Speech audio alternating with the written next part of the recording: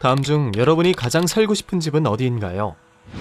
전원 생활을 만끽할 수 있는 단독주택, 화려한 도시가 내려다 보이는 초고층 아파트, 바다가 펼쳐지는 휴양지의 풀빌라, 피톤치드의 힐링이 되는 숲속 오두막집. 다 고르셨나요? 여러분은 어떤 집을 선택했나요? 그 이유는 무엇인가요? 오늘 우리는 그 답을 찾으러 떠나볼 겁니다. 인류가 최초로 만들고 머문 집은 이런 형태였습니다. 뻥 뚫린 언덕 위에 지어진 커다란 집. 그 안에는 작은 집들이 미로처럼 펼쳐집니다. 자신의 집으로 가기 위해선 다른 사람의 집을 통과하거나 지붕을 통해 가야 하죠. 사생활 같은 건 없었을 겁니다. 수면을 취하고 음식을 나누고 재생산의 공간으로 사용했던 본거지. 이 본거지는 어떤 여정을 거쳐 오늘날 집의 형태로 진화한 걸까요? 직립보행을 시작한 인류는 불을 사용하면서 큰 변화를 겪게 됩니다. 그리고 문명을 만들어가기 시작하죠. 말벌이나 개미와는 달리 인간의 집은 문화에 의해 만들어졌습니다. 저마다의 문화권 속에서 수많은 가지를 뻗어갔지만 공통점이 있었는데요. 집은 느리게 성숙하는 아이들을 키우며 자원을 모으고 미래를 계획하며 이야기를 나누기 편리해야 한다는 방향성이었죠. 그런데 문명이 발달하며 집의 기능은 점차 바뀌어갔습니다. 사람들이 원하는 집도 달라졌죠. 집은 사회적 지위와 권위를 전시하는 무대가 되었고, 사회문화적 배경에 맞게 끊임없이 고쳐지고 새로 지어졌습니다. 18세기 건축과 인테리어에선 사생활을 보장받고자 하는 욕망이 발견됩니다. 공용으로 사용되던 침실이 개인용으로 바뀌었고, 손님을 접대하는 응접실, 독서와 사색을 즐길 수 있는 서재, 물건을 수집하는 취미방도 생겼습니다. 이런 공간은 한 시대의 문학적 상상력을 자극하기도 했습니다. 18세기 영국의 귀부인의 화장방은 당대 풍속 희극에서부터 빈번히 등장했고, 걸리버 여행기를 쓴 조너선 스위프트는 귀부인의 화장방이란 유명한 시를 남기기도 했습니다. 같은 시대 조선. 이 집에선 억압받았던 여성들의 삶의 형태가 드러납니다. 1894년 서울을 방문한 독일인 헤세 바르텍은 아침 일찍부터 저녁까지 밤이고 낮이고 어디를 가든지 일하고 있는 남자들은 보이지 않는다. 온갖 집안일은 가장 천시를 받는 조선 여자들이 다 하는데 이 세상 어디를 다녀보아도 이처럼 힘들게 사는 여자가 멸시를 당하는 곳은 없을 거라 말했는데요. 당시 여성은 가사는 물론 생계를 위해 밖으로 내던져졌습니다. 형편이 나은 경우엔 집에 갇혀 지내야 했죠.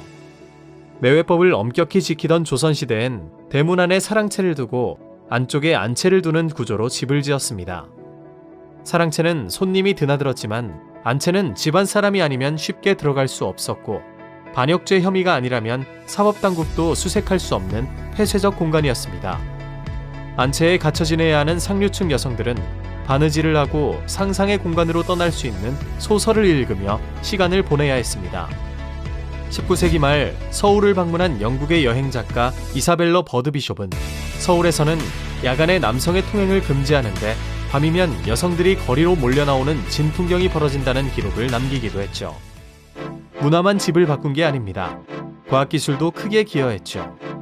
빅토리아식 저택은 온도와 공기의 흐름 같은 물리적 특성에 따라 식품 저장실, 식기 보관실, 얼음 창고, 세탁실을 나누었지만 백색 가전의 등장으로 그럴 필요가 없어졌습니다. 미국 뉴욕의 할렘가는 20세기 초만 해도 부유한 유태인들이 모여 살던 동네였지만 엑소더스가 가속화되며 빈민가가 됐습니다. 유태인들은 도시를 떠나 근교의 주택단지로 이동했는데요. 그 배경엔 작은 발명품이 있었습니다. 마당이 있는 집. 학교에 다녀온 아이들이 부엌과 연결된 뒷문으로 들어와 냉장고에서 꺼낸 우유를 마십니다. 엄마가 활짝 웃으며 오븐에서 꺼낸 쿠키를 내어주죠. 미국 최대 가전업체인 제너럴 일렉트리사의 냉장고와 오븐 광고. 이 광고는 행복한 가정은 아이가 뛰놀 수 있는 마당이 있는 집에서 살면서 냉장고와 가스 오븐을 가지고 음식을 먹는 것이라고 시청자를 세뇌했습니다. 5, 60년대 미국의 중산층은 교외에 있는 전원주택에서 사는 걸 이상적 라이프 스타일이라 생각했고 이사했죠. 냉장고와 오븐, 차가 있다면 더는 식료품점 가까이 살지 않아도 되니까요. 유태인들은 할렘을 떠나 뉴저지와 롱아일랜드를 향했고 그 빈자리는 차가 없는 도시 빈민들이 차지하게 됐습니다. 문화에 따라, 기술에 따라, 가치관에 따라 달라진 집. 안전을 보장받기 위한 거주지는 수세기를 거쳐오며 마침내 욕망의 공간이 되었습니다. 주택은 이제 상품이 되었습니다. 권력과 성공을 표시하는 전형적인 방법이 되었죠. 인터넷을 많이 해봤다면 밈이란 단어를 들어본 적이 있을 겁니다. 리처드 도킨스가 처음 사용한 이 단어는 인터넷을 기반으로 널리 쓰이게 되는데요. 어떤 행동을 계속해서 반복해 퍼뜨리며 많은 사람이 알게 되는 현상을 가리키죠. 현재 우리에게 가장 강력하게 작용하는 밈 중 하나는 집 소유권에 관한 것일 겁니다. 집 소유자가 되지 못하면 민주주의 사회에서 완전한 참여자가 될 수 없다는 두려움, 시장에서 배척당할 수 있다는 불안은 집을 당장 사야겠다는 훌륭한 동기로 작용합니다. 우리나라 사람들은 평균적으로 7.7년에 한 번씩 이사를 하는데요. 대부분의 이사는 도시에서 이루어집니다. 2018년 기준 한국의 도시지역 인구 비율은 92%입니다.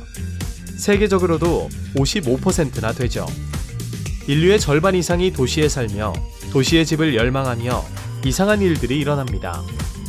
높은 층의 사람들은 아래층에 사는 사람들을 내려다보고 가진 자들은 철저한 보안장치로 외부인을 막습니다.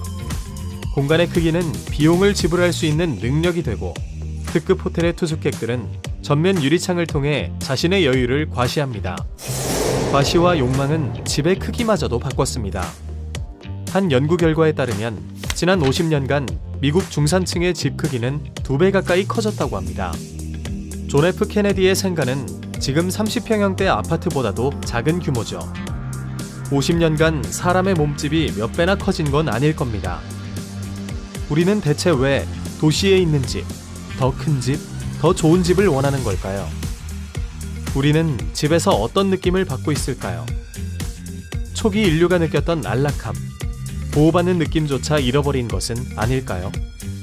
많은 사람이 부동산의 가치를 과대평가하며 착각하고 미래를 저당 잡힙니다. 이건 진정 우리를 위한 집일까요?